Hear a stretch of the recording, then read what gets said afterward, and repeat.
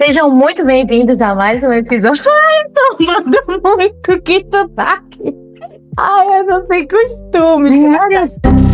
Sejam muito bem-vindos a mais um episódio do Refúgio Autêntico, o podcast da Casa Autêntica. Quem tá aqui com vocês hoje é a Yasmin. E nós vamos seguindo essa série que nós estamos falando, né, no mês de setembro. Mas lembrando que é uma campanha atemporal, todo mês é mês de você, por favor, cuidar da sua saúde mental. Pelo bem de quem? O seu mesmo e de todos ao seu redor, né? Mas a gente está trazendo esses episódios falando de temas muito discutidos entre a gente, dentro da clínica e com as pessoas que nos assistem, né? E hoje a gente está com uma conversa que vai tocar um pouco em saúde mental, em vulnerabilidade, em acolhimento, que tem como tema ser forte não é sofrer em silêncio e pedir ajuda não é fraqueza.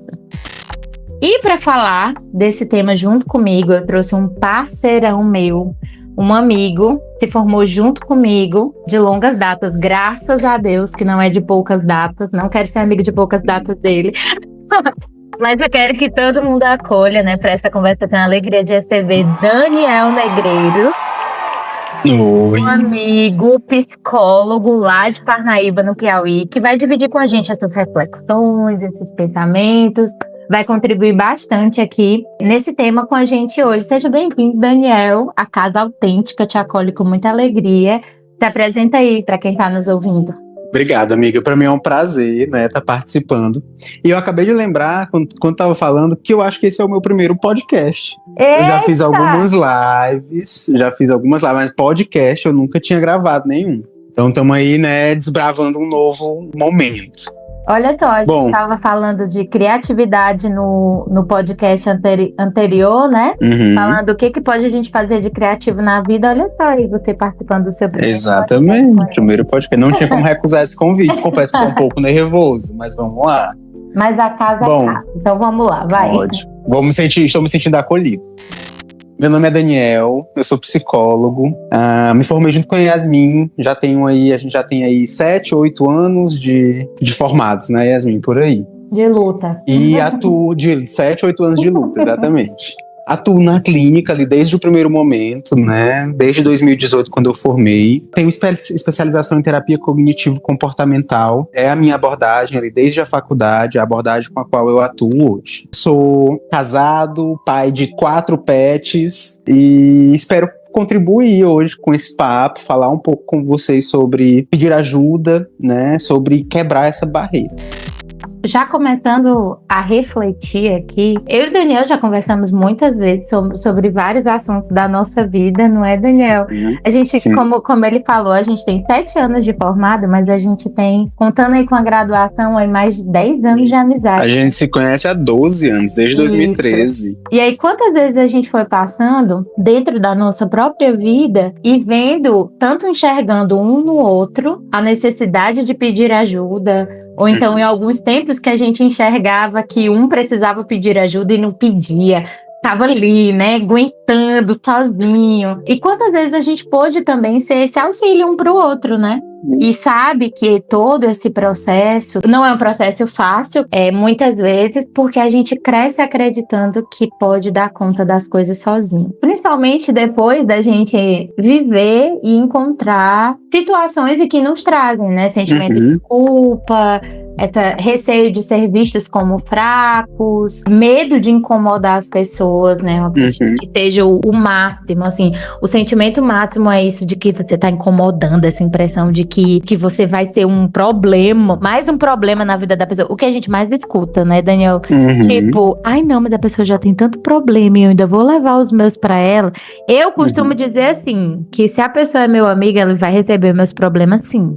Sim, exatamente. Eu acho que tu estava falando da nossa história, né, e juntos, e a gente viveu muitos momentos importantes das nossas vidas, né? Nós éramos jovens, adultos, iniciando todo esse momento de vida e a gente precisou muitas vezes pedir esse apoio. Só que eu reconheço que nós tivemos um privilégio muito grande, assim, de ter uma rede de apoio em que as pessoas realmente ajudavam, né? Algumas pessoas, quando falam da dificuldade, por exemplo, de pedir ajuda, eu já ouvi muito isso, assim, vou pedir pra quem não vai adiantar nada. E pior que muitas vezes, se você recorre, né, a um laço, um elo que é frágil, talvez realmente não adiante nada, né? Pedir ajuda é importante, a gente falar sobre isso é importante porque não só pedir ajuda é importante, mas saber também a quem pedir. A gente, na nossa época, a gente passou por muito perrengue, mas a gente tinha esse vínculo, esse elo, né? Assim, que tornava muito mais fácil pedir ajuda porque você sabia que realmente ia ter gente ali comprometida em ajudar, né? Não é à toa que a gente permaneceu depois da amizade, né? Porque nós tivemos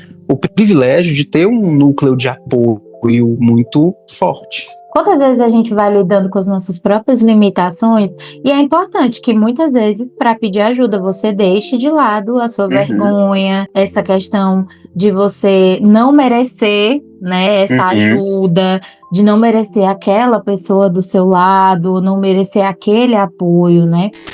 Tu percebe, assim, dentro da tua experiência, dentro daquilo que tu vai tocando, né, dentro do teu fazer profissional e da tua vivência, que essa questão dessa crença de você não merecer a pessoa, ela é o ponto mais forte da dificuldade de pedir ajuda? Tu acredita que é isso ou tu acredita que tem outros motivos que superam isso? Eu acho que são vários motivos, né, Yasmin? Assim, existe uma dificuldade muito grande, até mesmo cultural, né, em relação a pedir ajuda. Por exemplo, a nossa geração, né, foi criada por uma geração em que pedir ajuda era algo que não existia, né, era algo praticamente ali proibido, né, principalmente quando se tratava de questões emocionais, né. Então, assim, o que eles passaram pra gente foi o que eles conseguiram aprender e, claro, um pouco mais, tanto que a nossa geração hoje é menos desafiador pedir ajuda pra gente, né, mas ainda assim é. Um desses fatores é esse cultural, né, da gente ter aprendido, assim, com os nossos pais, com a criação que eles tiveram, que você não fala sobre os seus problemas, depressão é só ficar feliz, não tem essa. Enfim, a gente foi aprendendo a invisibilizar as nossas próprias emoções, não vê-las, não aceitá-las, não entendê-las, guardar pra si, engolir o choro e seguir em frente. Foi praticamente isso que a nossa geração aprendeu, assim, né? E aí a gente, depois de adulto, é que vem desmistificando isso e se abrindo mais para conversar sobre saúde mental. Mas ainda é um desafio. Porque além dessa questão cultural, existe também o estigma, né? Assim, é muito difícil você falar, por exemplo, conversar com alguém que provavelmente vai julgar você, não vai te entender, né? Às vezes, quando você pede ajuda, tem pessoas que não compreendem, né, o que você está sentindo. E é difícil, isso é uma barreira que se cria, né? Esse medo de ser estigmatizado, de ser mal visto, a vergonha, né? A vergonha também é um fator que dificulta as pessoas de pedirem ajuda. Vergonha de ser visto como fraco, como incapaz de gerenciar os próprios problemas. Estigmas também, mais uma vez, né, que são colocados geralmente, que as pessoas têm medo, têm receio de serem vistas assim quando pedem ajuda. Hoje, quando a gente fala sobre o medo de pedir ajuda, né, existe também o medo de pedir ajuda profissional, né, de buscar isso, né, assim, porque o pedir ajuda, ele pode acontecer tanto num espaço micro ali, né, tua rede de apoio, alguém que está próximo a você, como num espaço macro, né, quando você vai pedir ajuda profissional, quando você, por exemplo, já que a gente está falando sobre saúde mental, o CAPS é uma referência, mas existem muitas barreiras construídas entre sentir que você precisa daquele auxílio e buscar aquela ajuda.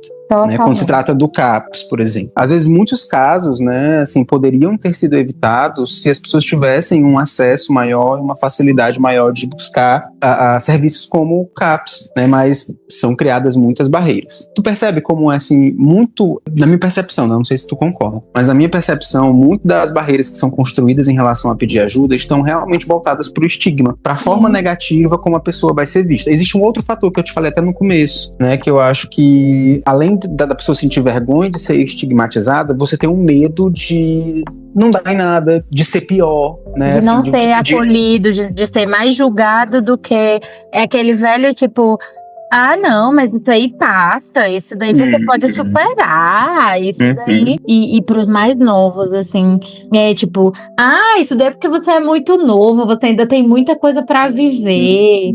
É muito forte, assim, você às vezes atravessa ali aquele mundaréu pra você ter a coragem de pedir ajuda.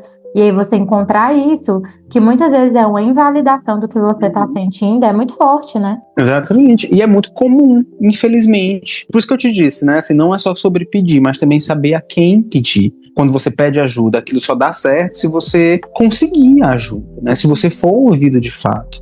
Eu acho que esse é um ponto importante quando se trata desse assunto. Pensar sobre pedir ajuda, mas também pensar a quem pedir ajuda, né? Assim, a quem eu vou me direcionar? Eu posso me direcionar a qualquer pessoa? Isso vai ser legal? Isso vai dar certo? Às vezes não, né? Tem pessoas que não sabem acolher, que não vão te acolher e que, infelizmente, podem piorar a situação. Quando eu penso sobre isso, eu vejo isso como um obstáculo, né? Também, como eu te falei, o estigma, né, é um obstáculo. A pessoa tem muito medo de como vai ser vista, como fraca, como incompetente emocionalmente, como uma pessoa frágil ou boba, e a invalidação, né? Para mim, eu acho que, pensando agora, né, são os dois principais pontos que afastam as pessoas de pedir ajuda, né, do ato de pedir ajuda. E como muitas vezes a gente esquece que nós não somos seres humanos, pronto. Eu acompanhei uma pessoa que ela estava para entrar em um emprego novo, né? E aí ela lá, sabe, ela tinha clareza do que o chefe ia pedir para ela, tinha clareza de que ela estava entrando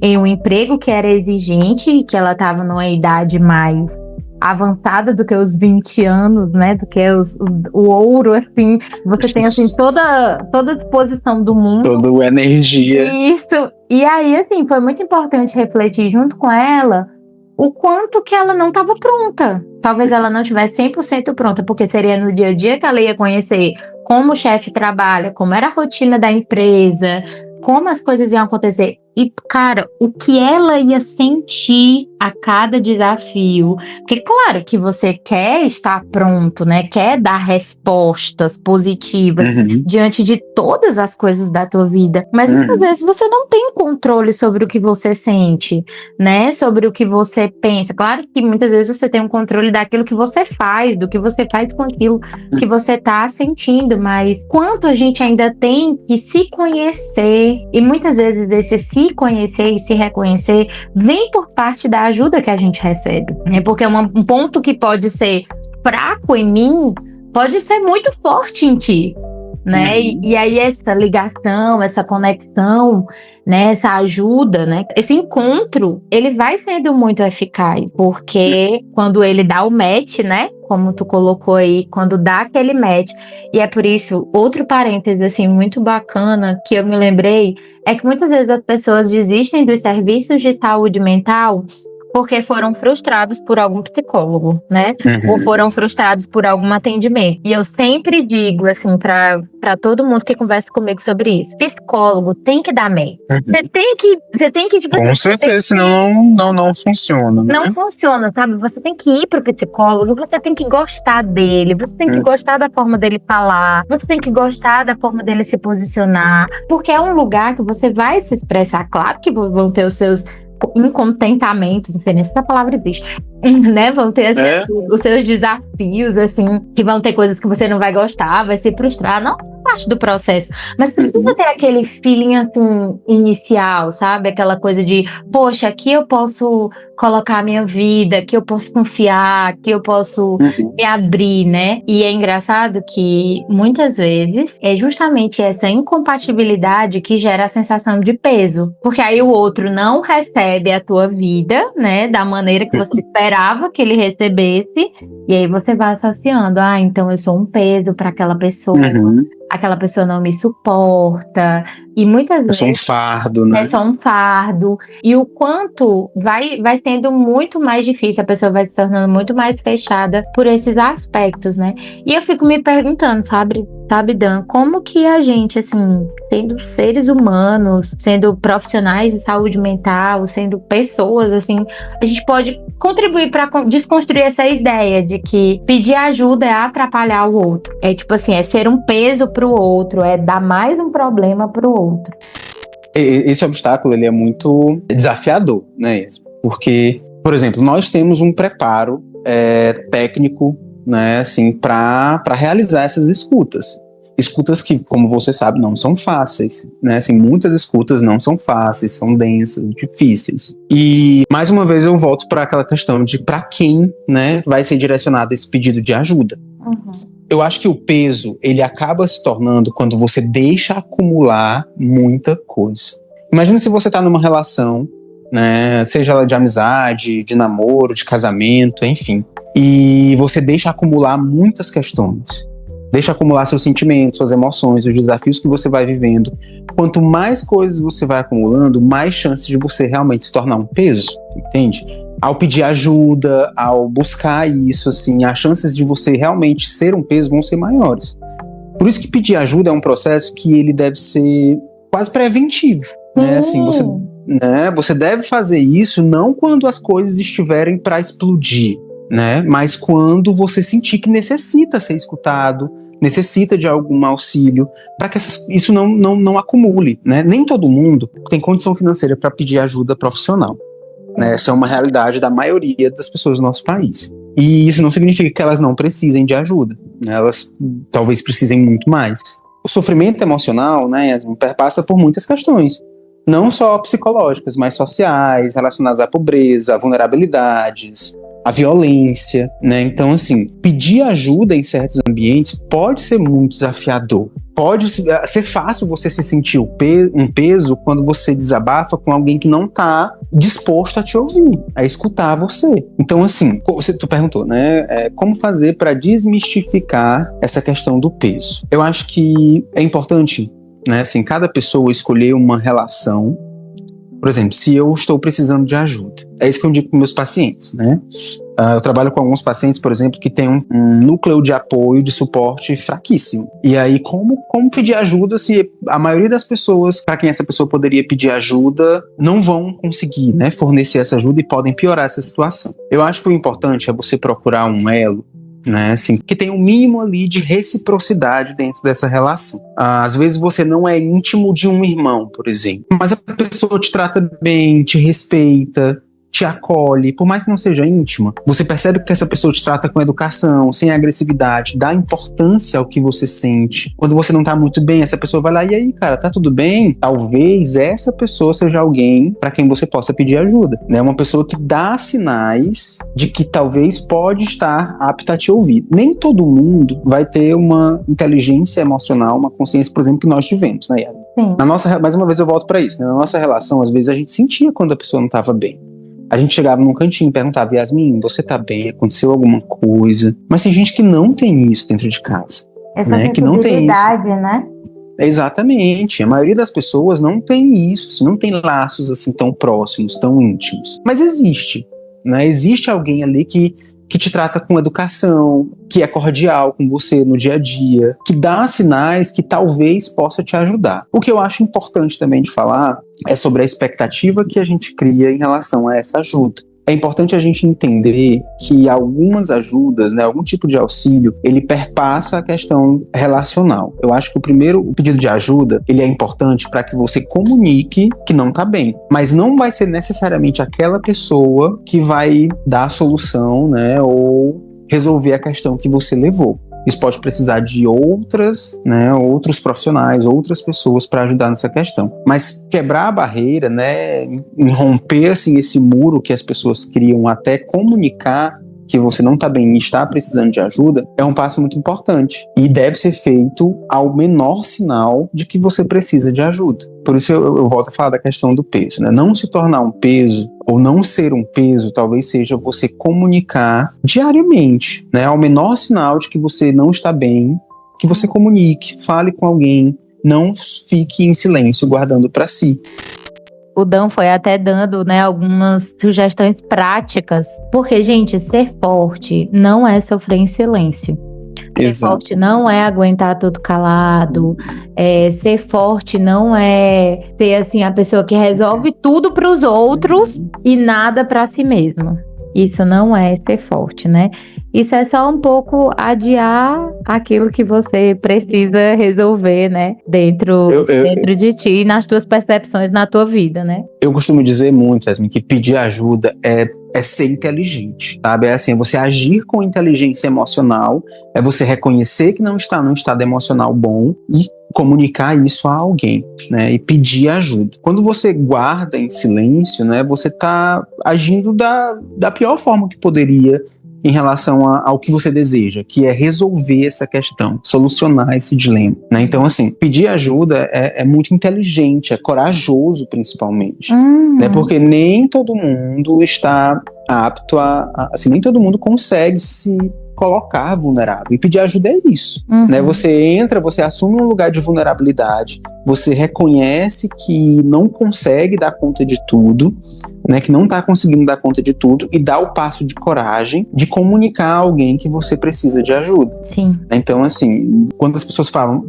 as pessoas associam, né? A gente tem isso por aquela questão cultural que eu falei no começo, de que pedir ajuda é um sinal de fraqueza. Mas muito pelo contrário, pedir ajuda é um sinal de inteligência emocional e de coragem, né?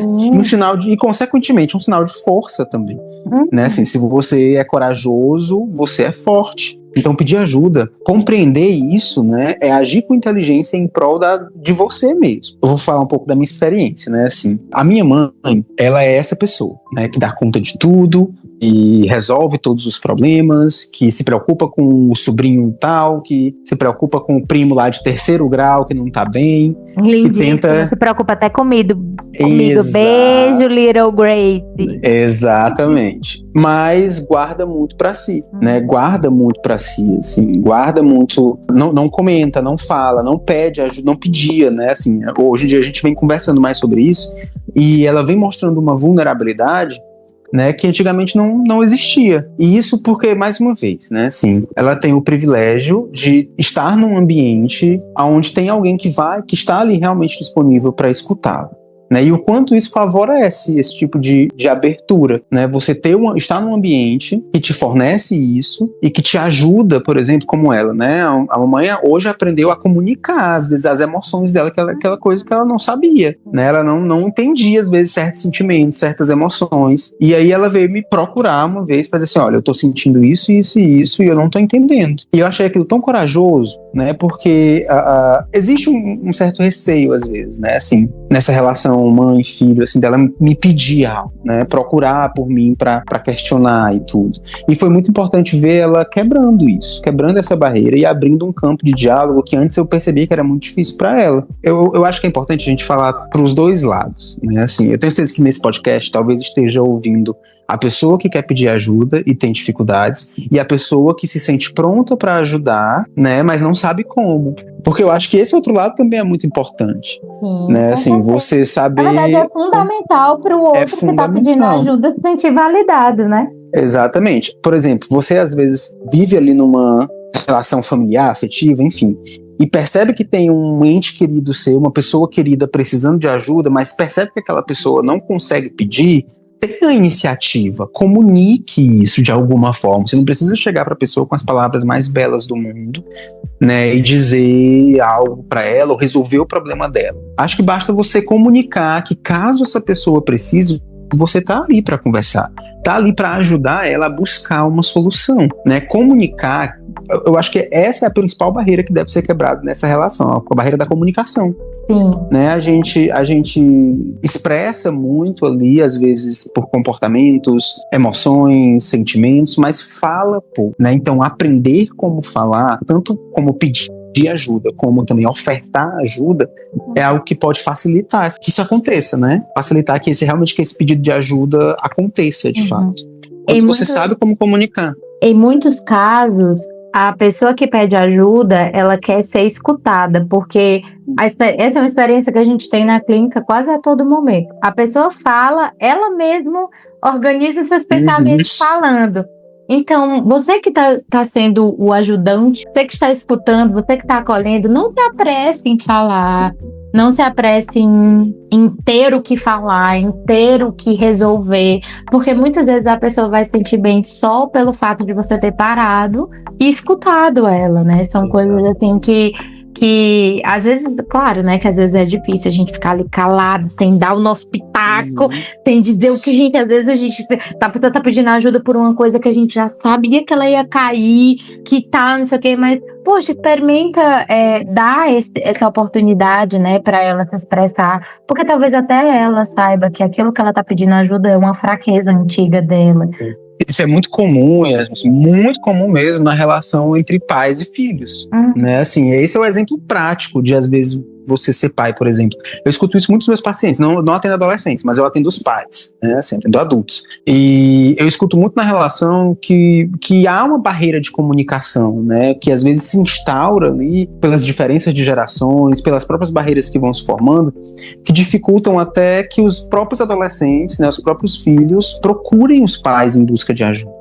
Quanta coisa a gente vê, né? Quanta notícia triste a gente escuta, que às vezes a ajuda poderia ter dado um rumo diferente para aquela situação, o pedido de ajuda, né? E aí muitos pais se queixam justamente da dificuldade dos filhos, né? De buscar, de pedir ajuda, ou às vezes o filho não quer. Então, assim, como abordar esse filho? Daniel, o que eu faço? Como é que eu me comunico com meu filho?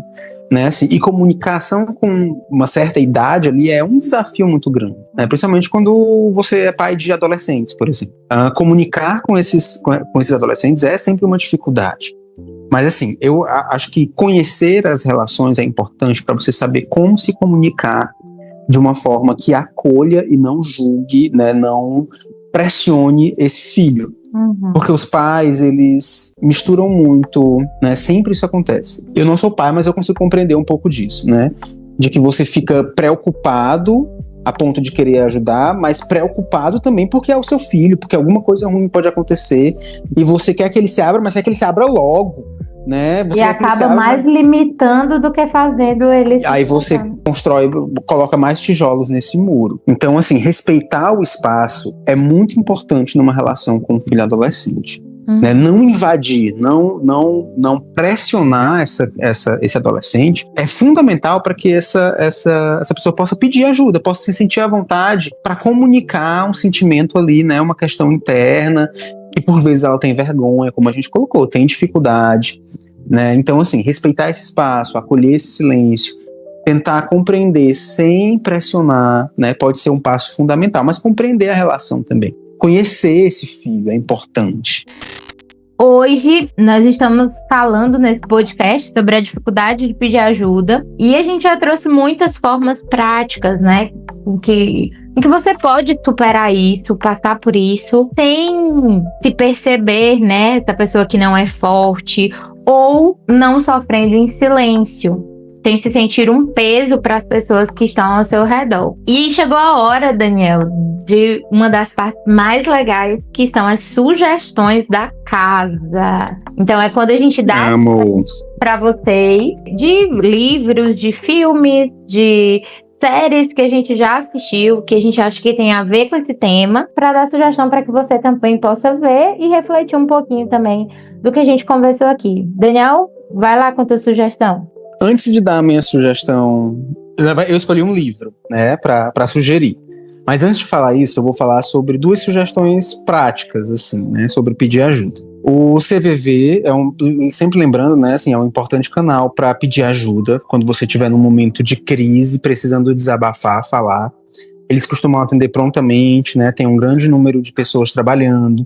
Geralmente são pessoas com algum preparo, né, não são profissionais, psicólogos, mas são pessoas com algum tipo de treinamento e preparo para fazer uma escuta breve e pontual. Totalmente gratuito, você não paga nada e pode conversar ali com alguém que vai estar ali só para escutar você. Outro ponto importante, né, para facilitar esse pedido de ajuda é você entender dentro das suas relações, né, quem é aquela pessoa que mais demonstra ou dá sinais de que poderia te ajudar caso você precisasse, né, uma pessoa que te trata bem, que é cordial com você, que costuma perguntar como você tá, talvez seja uma pessoa que esteja ali preparada para te dar algum tipo de suporte.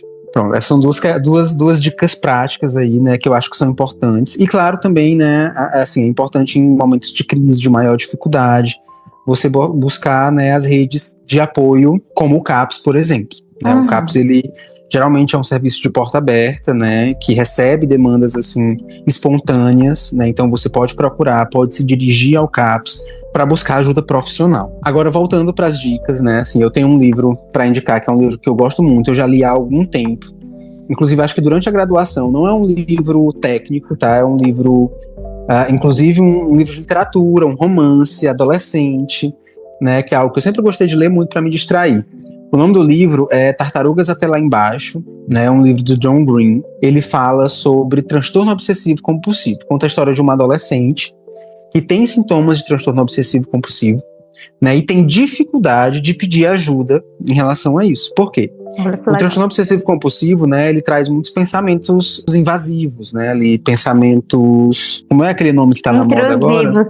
Intrusivos, exatamente. Muitos pensamentos intrusivos, pensamentos difíceis de se ter, e aí essa adolescente, ela tem dificuldade justamente em lidar com esses pensamentos e dificuldade em comunicar sobre isso.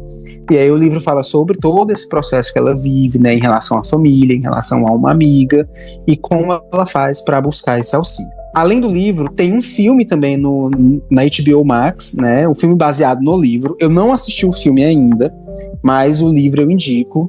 E o filme provavelmente também, se for, né, bem baseado, deve ser muito bom também. Deve ser legal. Exatamente. A minha sugestão é também uma série. Ela é uma série da Apple TV que chama Falando a Real. É a história de um terapeuta. Olha só os dois lados da história, né? Sim. É a história de um terapeuta, então ele que oferece, né, essa ajuda, essa escuta das pessoas, mas aí no desenrolar da história ele vai entendendo que na verdade ele quem precisa de ajuda, né? E mesmo a pessoa que mais está preparada, entre aspas, né, para receber para dar tantas outras ajudas, também é alvo, né, desse merecimento de ajuda. Então, para você aí que está se sentindo super capaz de ajudar todo mundo, mas ainda não parou para se escutar, para se cuidar, uma sugestão também desse momento. Excelente. Esse foi mais um episódio do Refúgio Autêntico. Dan, sem palavras para te ter aqui. Já fazia um tempo que eu queria te trazer, né, para nossa casa. E muito legal o nosso bate-papo. Foi muito, mais uma vez, sempre né? Legal conversar contigo, perceber a forma que você pensa as coisas, que você percebe as coisas, assim, eu admiro bastante isso, né, e um dos motivos para eu ter te chamado foi justamente esse. Então, obrigada por ser esse psicólogo e principalmente essa pessoa no qual a gente pode, né, se você dizendo, procura a pessoa de confiança, eu falei, ele é uma das minhas pessoas de confiança. Sim. Né? Então, muito obrigada por ser, né, essa pessoa a quem eu posso pedir ajuda, né, e sei que serei acolhida, né? Obrigada também pela tua participação e aceitar estar aqui na Casa Autêntica. Eu que agradeço, Yasmin. Agradeço por ter, assim, participado comigo desse desbloqueio de experiência, né? Eu nunca tinha gravado um podcast. Para mim foi muito legal, muito interessante. É muito fácil conversar contigo, né? Sempre foi muito fácil. E ter a primeira experiência com você, para mim, foi um privilégio enorme. Eu agradeço à casa, né, pelo convite também, por confiar em mim para fazer parte desse projeto, né? Eu acho que a gente carece muito de podcasts que sejam interessantes, instigantes e que realmente levem a gente a pensar, a refletir, né? E eu fico muito feliz que a casa esteja cultivando esse espaço, né, de reflexão, de conversa, de elaboração, porque o podcast hoje é isso. Não sei tu, mas eu consumo muito podcast. Então eu escuto podcast às vezes na academia, lavando louça, é algo que você consegue ali, né, ter no seu dia a dia, e é muito bom ter algo que seja valioso, assim, né, como o podcast da casa é. Obrigado, muito obrigada! Até a próxima! Um beijo, até os próximos convites, viu? E você que está nos acompanhando aqui, nos ouviu até aqui, muito obrigada também pela tua participação. Segue a gente aqui no Spotify, no Instagram, @Casaautêntica, para não perder os próximos episódios, né? Que a gente tem aí muita coisa boa para dividir, para contar, muita experiência que nos fizeram pessoas cada vez mais autênticas, né? Que a gente está buscando isso e desejo dividir isso com vocês. Um beijo e até a próxima quarta. Tchau! Tchau! Os casos citados neste episódio são inspirados em atendimentos clínicos reais, mas os dados foram modificados para garantir o sigilo e a privacidade das pessoas envolvidas, em conformidade com o Código de Ética da Psicologia.